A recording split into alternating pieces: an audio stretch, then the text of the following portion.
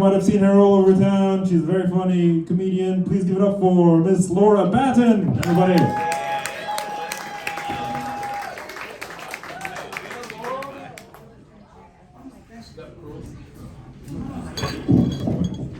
Oh, no, I think I saw him on an episode of Love Boat with Lola Falani back in the day. Go, Alabama.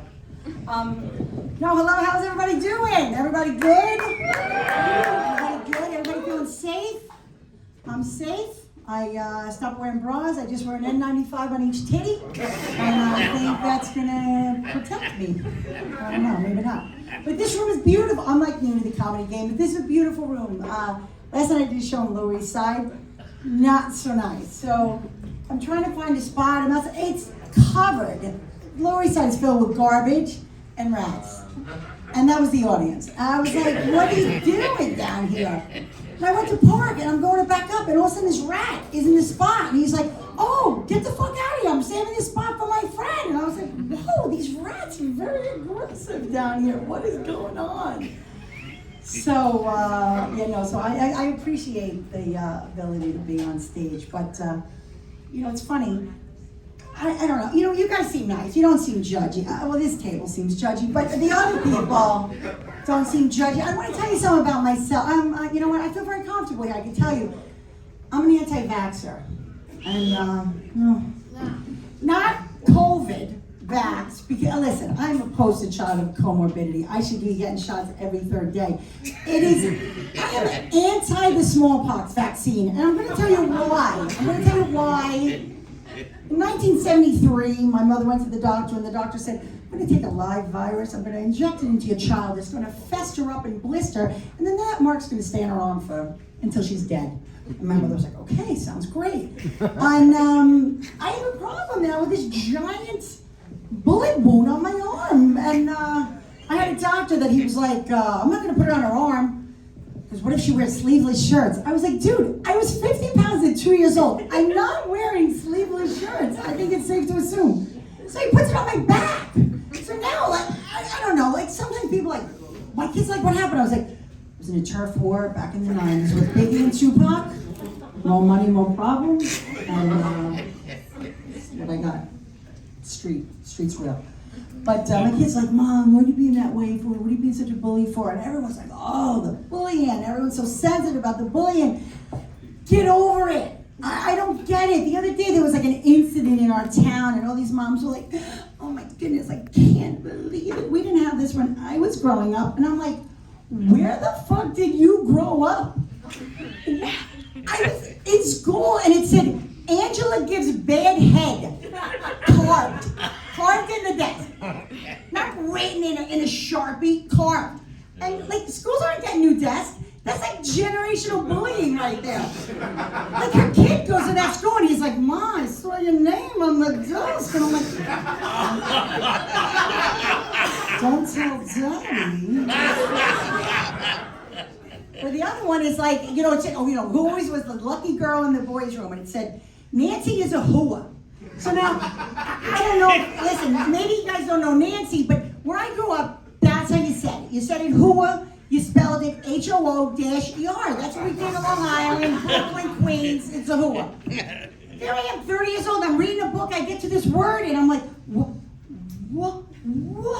The E is silent, what is this word? I know not of this word. What does this word mean?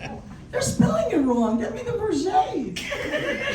But you know what? Nancy's not a slut. But you know who is a slut? My grandmother. So, no, stick with me on this. My whole life we were like, oh, grandma's fun. I'm old now. I'm starting to realize what grandma was saying. People used to say stuff subtly. Grandma would say, I wouldn't kick him out of bed for eating crackers. And I was like, whoa. Grandma, I think you sound a little thirsty there, Grandma. Or she'd say, you ever hear this one? Oh, he could put his shoes under my bed. And I was like, my grandmother likes the dick. I don't know. So it was a thing. But, maybe I had a slutty grandmother, a sexual grandmother. So we had to look at this family tree, and early COVID, I was convinced if I got it, I was gonna die, I was gonna be knocked out. So I went in my house. I'm like, okay, what if I die and my kids find my stuff? So I go in my closet and I look at the bottom of my closet and I'm just disgusted with myself. There's just like a pile, like 30 years worth of sex toys. I don't know. Maybe I'm a dildo hoarder. I don't know. Listen, don't judge. No judgment. I said no judgment.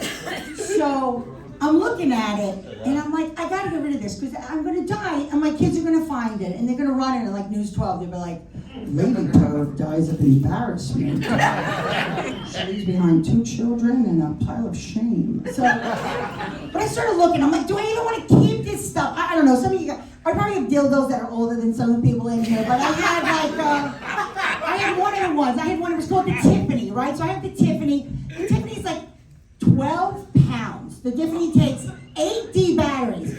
So if you didn't get carpal tunnel or a battery acid burn from trying to push, I go out of the house one day, I'm wearing a wrist brace. My father was like, you going bowling? I was like, no, Dad, it's a long story. But that one we called the Tiffany. That was it. It played, I think I'm alone now. And it was good.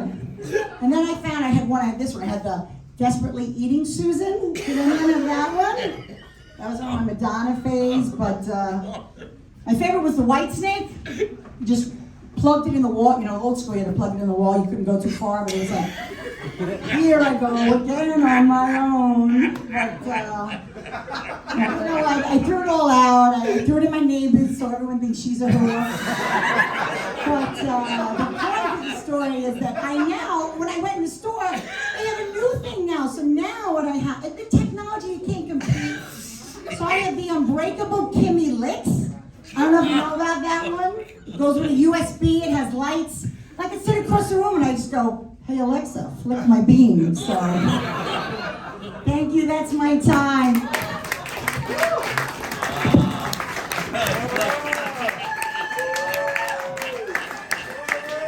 Yeah, Laura Patton, ladies and gentlemen.